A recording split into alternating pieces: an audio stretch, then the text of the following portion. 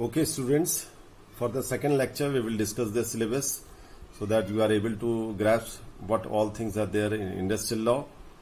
Now, the unit 1 pertains to the Workmen Compensation Act 1923. Now, this is an act which talks about compensating in terms of monetary terms to a workman. Workman means any worker or employee who is engaged in the work of an employer. So, such a workman needs to be compensated if he is injured or he contracts any kind of occupational disease.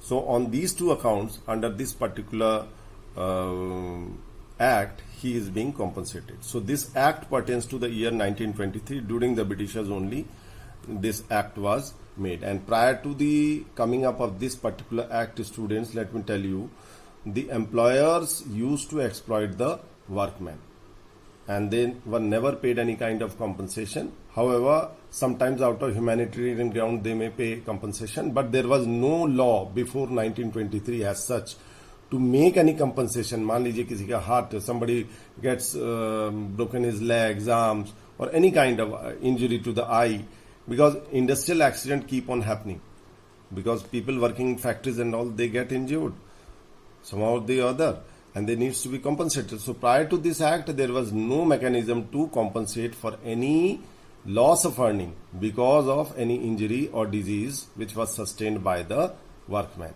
So this particular act ensured that a workman is adequately compensated if he gets inflicted with any kind of injury or he contracts any kind of occupational disease. This I will elaborate when I take up this particular unit. So on these two accounts, the workman needs to be compensated. Okay? Now unit 2, it relates to compensation management. Now this is unit 2, this is left out, but this is unit 2 relating to compensation management. Compensation means payment of salary and whatever in terms of money is being paid, that leads to compensation. So in this there are 3 acts. The Payment of Bonus Act, right? Then we have the Payment of Gratuity Act and the Payment of Wages Act. So these 3 acts are there which needs to be taken care under this. And payment of bonus means, students, that for the good work done by the workman, he needs to be paid something extra, and this extra is called as bonus. Now this bonus, this is as per the Act of 1965. And this particular act, this is an act whereby which talks about paying something extra beyond the scope of salary to a particular person based on the profitability of the organization. So payment of bonus would definitely is directly linked to the profit of the company or the organization in which the workman is working, and accordingly there is a formula which we will discuss in why we will take up this thing. According to that formula, he is being paid the bonus. Then payment of gratuity. Gratuity is a long-term thing. Gratuity means something pertaining to future. So certain amount of money is is given as gratuity after the retirement of the particular person, right? So gratuity can be paid, and there is also a formula to calculate how we calculate gratuity.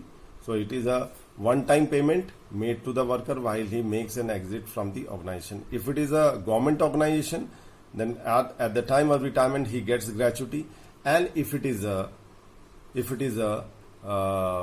private organization, then after a tenure of certain period of time he is paid while he leaves the organization, and there is a particular tenure. If he completes that tenure, thereafter only he is paid the gratuity.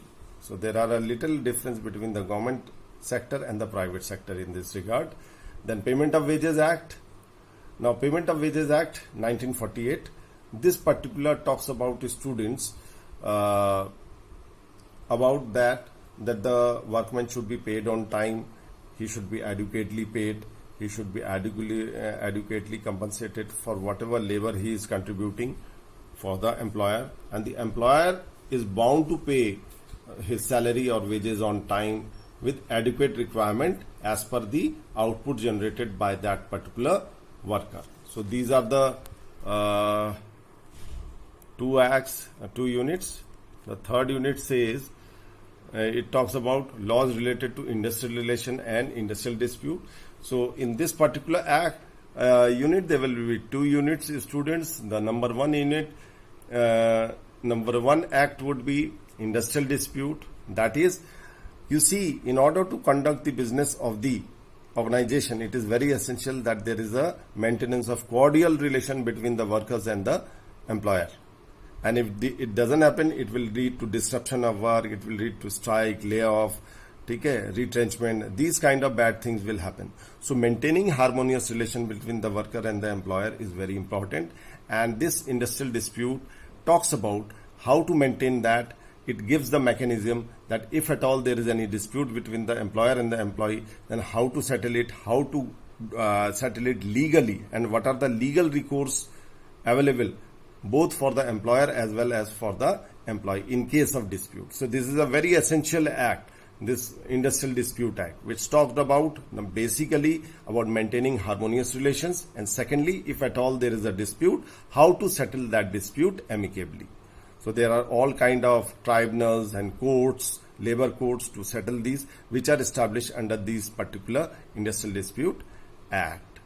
Then we have the Trade Union Act 1926.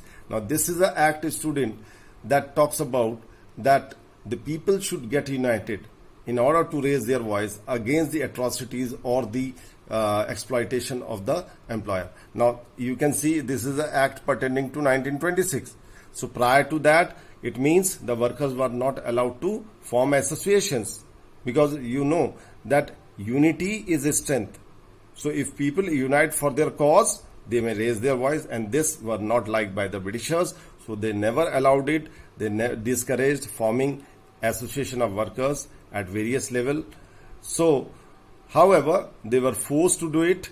They were forced to make that by this Act of 1926 that now on they are allowed to form their association. The workers were allowed to form their association, and they will be represented by the office bearer of these trade unions. So trade unions basically are the association of the workers.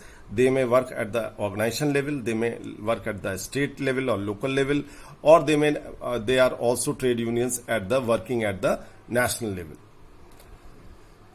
Okay, next lecture I will further continue.